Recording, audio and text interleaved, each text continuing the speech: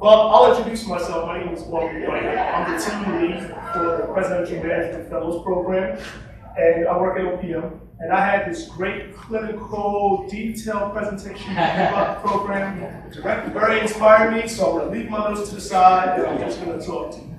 So, like a few of you, I also give you a quick overview of why I too was in the military. I spent 9 years in the Air Force as an officer. I had enough fun, decided to get out. I came on board into the private sector in the human resources area. A lot of headhunting and just directing for some national organizations. One of the cool jobs I had was being the director of human resources for a local government contractor that opened and maintained clinics for disabled vets.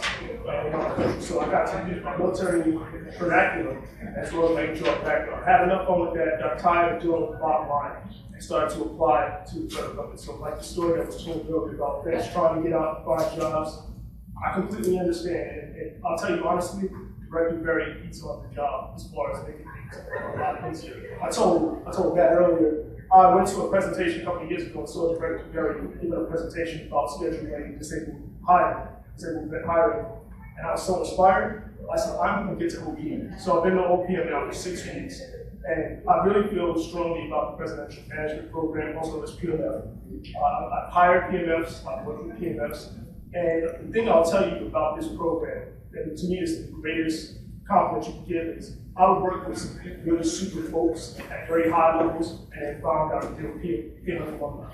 When I finally made the announcement that I'm going to be the team lead for the entire government, we come out of the workplace. I'm talking about deputy assistant secretaries, I'm talking super high level folks who use this program as a springboard. So let me just tell you a bit about PMF. PMF is the flagship leadership development course within the US government.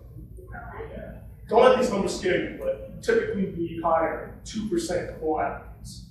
So things have changed this year. We have a new process. We're expecting around 30,000 applicants for a few hundred positions. There's something called pathways that President Obama came out with an executive order in 2010, December 2010. And his goal was to make women, as Secretary was saying, make women get top talent, but also give an opportunity for students and recent graduates to come into the government. Not all students, not all recent graduates, but really cream of the crop, the best of the best. So there's 3 things within this Pathways program. It's a suite of student programs. It's an internship program. That's for high school, undergrad students to give them a kind of split in the door kind of opportunity.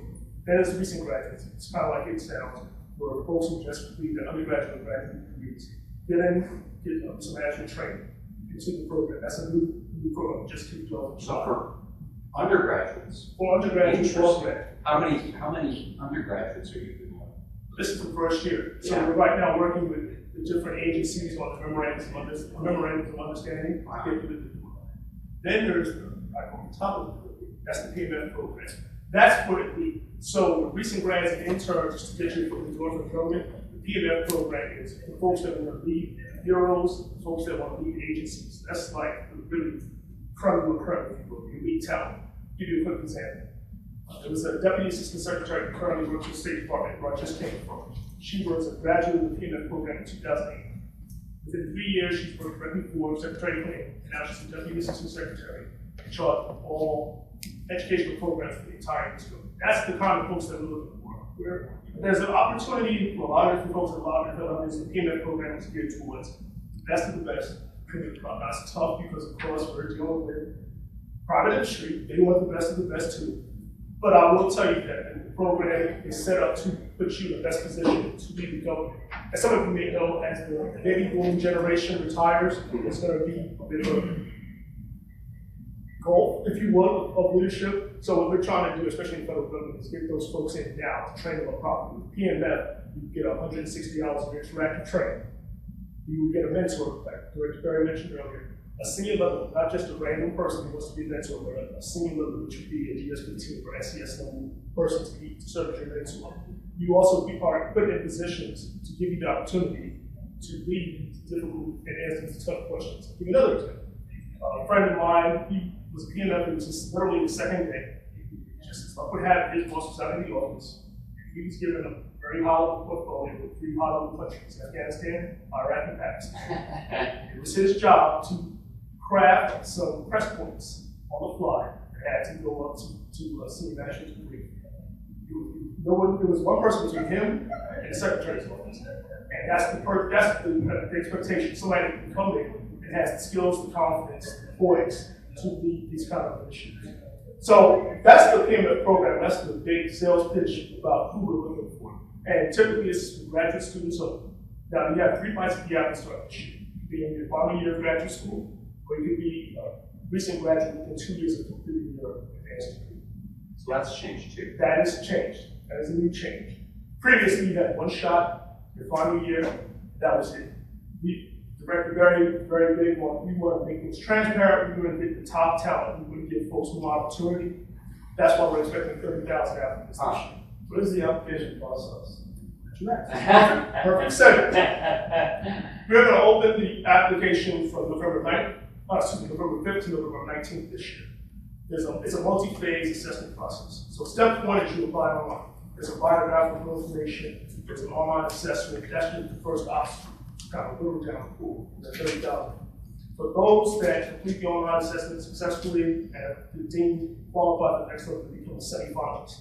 Semi-finalists are invited to 6 different locations nationwide, but they'll go through an in-person assessment. Without getting too much detail, I mean, there's certain core competencies we're looking for. I can tell you, poise, composure, oral, written communication skills. It's a whole person concept. We need folks that can handle right bites, can put together a coherent sentence, and can get the job done. So it's more than just answer these questions and return. For that pool, we narrow it down to the finalists. Once you're a finalist, you're invited to a job fair around the springtime. And there are a lot of agencies there. To call it a meat market would be accurate. So you go there and you're pretty much asking questions. It's a match. It's all about matching your skills, your desires with the needs of the federal government. And all the federal government agencies that I work with understand PMFs. The expectation is this is a leadership development course. So anybody can file. That's a very admirable job. But these folks are looked to be leaders. You're still learning. You're still training, but you've shown that you have the attributes and skills to kind of. How was the assessment process different than was last year's? There used to be this sort of test that got a lot of the academic stakeholders very worked up. Is that still there? It's been revamped, and we are working with. We work with academia. We work with some of our nonprofit stakeholders and athletes and folks. We work with them to create something. How has it changed? It's just refined. In the past, I'll tell you that some of the understanding was it seemed like certain groups were more reflected in the final school than others. So we went back and looked at that because some folks just are good testing groups. So that's why I went more to this whole person. It's more than just one piece of the assessment. Interesting. So how do you measure diversity? Are you talking about in terms of degrees? Are you talking about lawyers? We're talking about all degrees. We're talking about all career fields, right? So public administration, law, human resources, health, the gamut. We had an agency that needed a veterinarian. We had a veterinarian, we had to make a farmer's pool, and actually get hired. So, again, it's a diversity across a lot of different spectrums. So what about, so I've read a lot about the PMF. What about this recent graduate? Because I've only seen it mentioned on like the PMF, but I haven't seen any other information. So Recent Graduates is one of the other pathways programs. So it's 2 different programs. Right. Recent Graduates is another opportunity for folks to come into the federal government. The big difference is PMFs are automatically on the leadership track. If you get to be a leader from Recent Graduates or any other avenue, it's just you're set up with the PMF program and have certain training and certain opportunities versus Recent Graduates, which will also get your foot in the door. It's just 2 different opportunities. Can we apply to both? Yes. So I encourage it. where can I find recent graduates? If you go to Pathways, if you look under the OPM website, Pathways, that's the umbrella name for all 3 programs. It'll talk about recent graduates. That's the one that just kicked off this year. Right. And so there are opportunities being presented right now. Okay, and like, is it an application process? Yes, there's a process for that too, but under Pathways, it kind of walks you through exactly. Can we talk about this when you, because I'm interested to learn more, and obviously it sounds like we both have an interest in learning more, so as you learn more, obviously, I have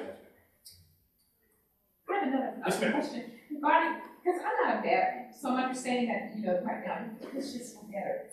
What about in the presidential management fellows program? Does the veteran still get a higher priority or? There's veterans preference that's counted, but this is more meritocracy, to be honest with you. Yes, vets get more points because of depending on their veteran status, but it's based on who the best applicants are that go from the wider funnel down to the finalists. So it's an opportunity for the single opportunity. So you pretty much look at everyone, because right now, if you're applying for a veteran's job, not a veteran's job, it's a civilian job, they pretty much pull the first pool out. If there are any veterans qualified, they're going to look at the next people without any preference. They set up a list with the veterans on it first because they were qualified and met those qualifications. Is that the same in PMF? And PMF, you get points, you definitely get points to be for consideration, but you are in one big pool. If you make it to the finalist, you're a finalist. So the veteran preference would have been considered and are presented to become a finalist. That answer? So in terms of just getting ready for this year, the first step for somebody who's interested is to complete the online application. I would offer that the first step is one, look into the program online. Yeah. You want to get some information. And then two, look at the PMF. There's a guide that we're presenting. That's going to go up in the next few weeks. That is pretty comprehensive. And it'll really tell you this is the PMF process, this is what the program is about, this is what the chances are, and this is what we're looking for. Core competencies, we kind of lay out exactly the programs. Then the next step, when we open up November 5th, through the 19th, then you sit down and actually. So whereas in the past this nomination would precede that, actually there's nothing really that absolutely has to be done by the student until this. I mean, obviously they need to learn about the stuff and make sure but until November 5th, that's the magic date. Correct. That's when the green light. And I would also encourage anyone who's interested or may be interested to apply early. Because it's a process. We're estimating around 3 hours to complete it. It's got to be 3 hours straight through. But I would say, I feel comfortable saying this is about a 3 hour process with all the steps within the online assessment. So you want to. It's a non-zero investment. That's an actual investment. That's hurdle number one. Complete that process. That's the first step. See if you're serious about it. Yeah, really. You guys have other questions? Where's the other locations and where's the majority of the finalists here or? Well, the finalists can come from anywhere. I mean, that's why we have 6 different locations nationwide. So the finalists it just depends. I mean, of course, if the majority of folks who apply from the Northeast, chances are they're going to be more finalists out of the Northeast. But we have heat maps that show that our finalists come from And is it jobs just in DC or? anywhere around the country. We have folks in National Forest Service out west coast. So say you get all the way to the job fair. Jobs offered from zero limitation to grades and 12 plus 13s and less. Great question. More. Great question. You're initially qualified at the GS9 level. Is everyone familiar with the scale? Okay. You're initially qualified at the GS9 level. Depending on the job, depending on the position, depending on your experience, there are opportunities to get promoted to the GS12. Even if you come with the GS9, it's a 2-year program, so you will get promoted. If you do a good job, standards, you will get promoted to the next level of the GS12. And it's a 2-year program, It's a right? 2-year fellowship where you can be non-competitively appointed into a federal government position application. So I mean, I think one of the selling points for the program, in addition to being one of the only really ways into the federal government, a lot of agencies these days, it is that 2-year, as I have gathered from watching people, there's a kind of a sense of access, or maybe, like I've seen some people rotated at OMB, that there's some rotations, there's a lot of opportunity, I think, associated with that. That's great. That's another aspect of the program. You will do a rotation, a 4 to 6 month rotation. And what that means for a lot of folks is you might get into an agency, it's a great agency, you're learning a lot, but during rotation, maybe you find out you really like something, or you know what, maybe that rotation shows you it's just not for you, kind of like where you are. My boss is also a prior female. She just started also. She tells a story about She went to the FDA, like, okay, I'll go to the FDA. Loved it. Went to a rotation, came back to it. She loved the FDA. Never would have thought about it. And she's from a non-traditional degree, as we say. She's a social work background. She became a PMF finalist, went to the FDA, and she says her career has really taken off because of her experiences there. So it just gives you an opportunity to get a different feel, to see different agencies or different offices that you might never have thought about before. And the rotation, they figured that out for you. Well, we help you with that. Like what happens is agencies will post, hey, we've got this great rotational opportunity, Oh, okay. and then you can raise your hand. I mean, my office in particular, we have a few PMF rotational opportunities. And again, with the PMF program, we know that it's a certain kind of job that you need to get a certain kind of experience. So for my office, we're looking for somebody that can run a whole national, this in-person assessment I told you about. We're looking for a PMF to come on board and run it for the entire country. We're talking about 1,500 semifinals.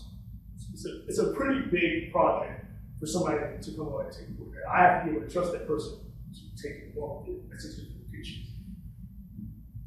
If you're at a higher pay grade, is that lateral over or I'd have to look into it, but your pay will probably stay the same, but you kind of know what your charge is going to be, like a 12, 10 or something like that. It really depends on the diseases. But you can look into that. Get this thing here. Then you have that great party of going on your PMF with I think there's benefits also as well. Okay. It opens tremendously. For all the PMFs I've known, they're always on upward. First of all, you have to kind of have an ability to get there far. Once they get in, they still have those skills to propel them into that leadership role. I mean, like I said, we're talking about, I met someone, she just retired from the State Department, 30 years, one of the most amazing people I've ever known.